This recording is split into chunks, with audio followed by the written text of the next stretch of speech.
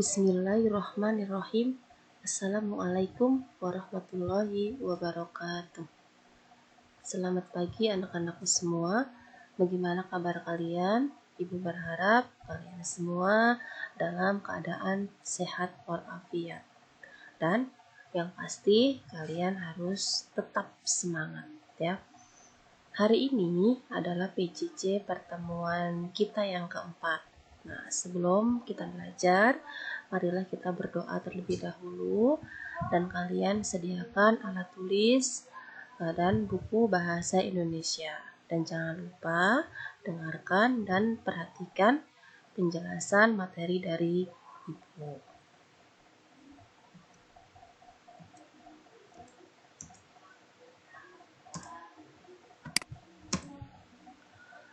Pada pertemuan yang keempat ini, Ibu akan menjelaskan, kita akan belajar bersama-sama tentang ciri penggunaan bahasa pada teks deskripsi.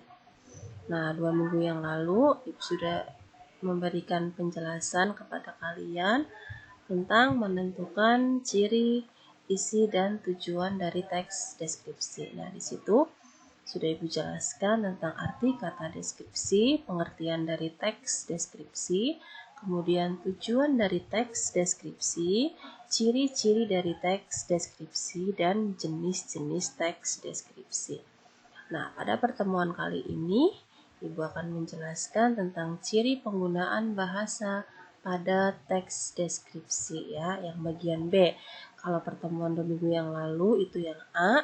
Nah, untuk pertemuan yang sekarang adalah bagian B, ciri penggunaan bahasa pada teks deskripsi. Nah, ciri penggunaan bahasa pada teks deskripsi itu ada 2. Yang pertama adalah kata umum dan kata khusus, sedangkan yang kedua adalah majas ya.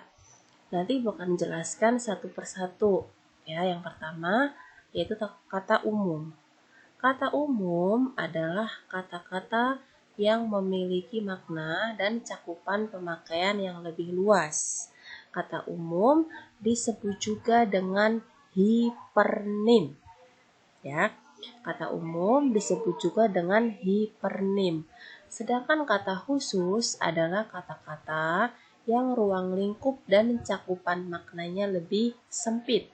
Nah, kata khusus disebut juga dengan hiponim. Ya, hiponim. Nah, contoh hipernimnya buah-buahan. Nah, hiponimnya adalah mangga, apel, jeruk, naga, semangka, dan lain-lain. Ya, contoh lain. Contoh yang pertama, bunga. Ya, ini hipernimnya bunga. Hiponimnya mawar, melati, anggrek, kamboja. Contoh yang kedua, hipernimnya indah. Hiponimnya cantik, menawan, rupawan. Yang ketiga, hipernimnya atau kata umumnya melihat. Nah, hiponimnya atau kata khususnya menyaksikan, memandang, mengamati. Contoh yang keempat, hipernimnya berbicara. Hiponimnya bercakap, berkata, berbahasa. Contoh yang kelima, hipernimnya rumah. Hiponimnya gubuk, wisma, gria. Nah, ini contoh dari kata umum dan kata khusus. Nah, kata umum memiliki beberapa kata khusus ya. Ini contohnya kata umum, cuma ada 1. Memiliki beberapa, berarti lebih dari 1. Nah, kata khususnya lebih banyak. Nah, meskipun kata-kata khusus memiliki bentuk yang berbeda, nah bentuknya berbeda-beda. Misalkan hiponimnya indah, cantik, menawan, rupawan. Ini kan memiliki bentuk yang berbeda, tetapi maknanya tetap sama dengan makna kata umum. Maknanya sama dengan kata indah atau kata umum.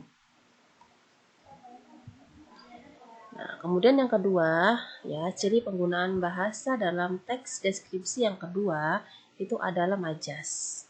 Majas adalah suatu gaya bahasa berbentuk kiasan atau perumpamaan yang digunakan untuk memperindah suatu kalimat.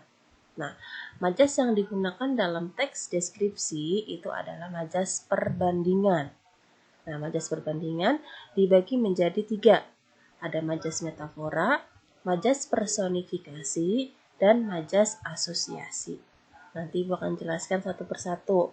Ya, mulai dari majas metafora, personifikasi, dan asosiasi. Nah, yang pertama, majas metafora. Majas metafora adalah semacam analogi yang membandingkan secara langsung dua hal yang memiliki sifat sama, tetapi dalam bentuk yang singkat. Contoh dalam bentuk kalimat.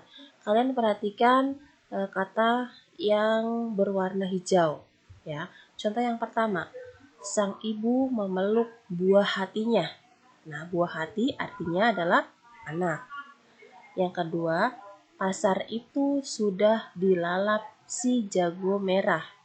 Si jago merah artinya api. Yang ketiga, seorang kutu buku menjadi pemenang lomba puisi. Nah, kutu buku artinya orang yang gemar membaca. Yang keempat, kasus yang terjadi di pasar desa akhirnya dibawa ke meja hijau. Meja hijau artinya pengadilan. Terus contoh yang kelima, masih ada tikus kantor di negara kita. Tikus kantor artinya adalah koruptor. Nah, ini merupakan contoh ya majas metafora.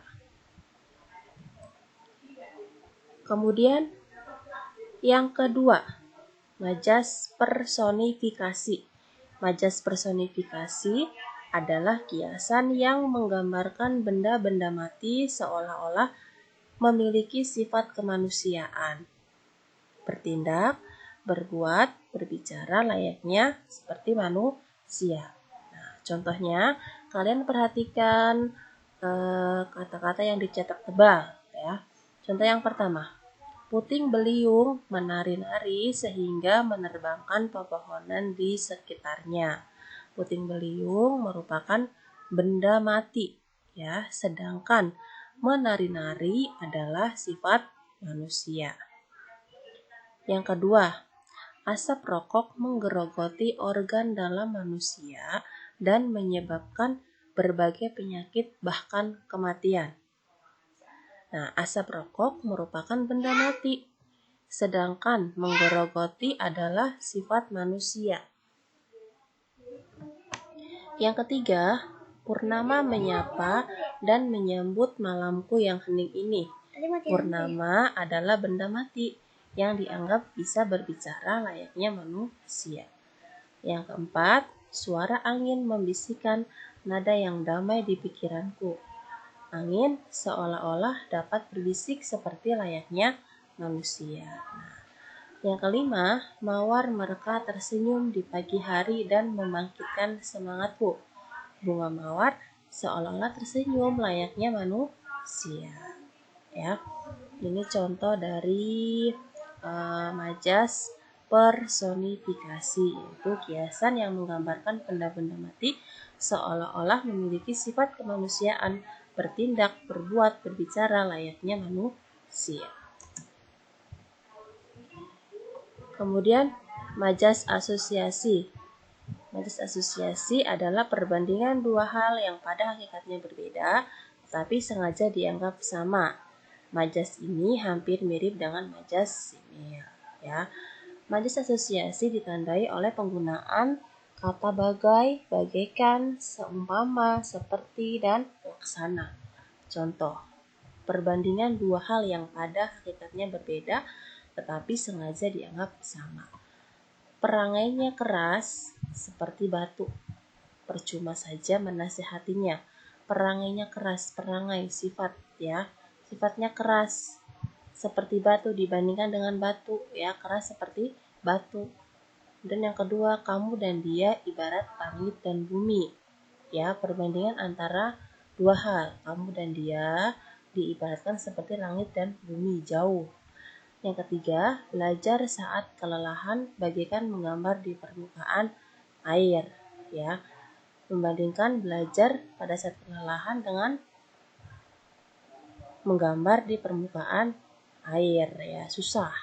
Yang keempat, senyumnya bagaikan embun pagi, ya, senyumnya dibandingkan dengan senyum pagi, embun pagi. Yang kelima, paras anak kembar itu bak pinang dibelah dua, ya, wajah anak kembar itu dibandingkan dengan pinang dibelah dua, mirip, ya. Nah, sekian penjelasan dari Ibu tentang ciri penggunaan bahasa pada teks deskripsi, ya. Mohon maaf apabila ada salah kata. Wabillahi taufik wal hidayah. Wassalamualaikum warahmatullahi wabarakatuh.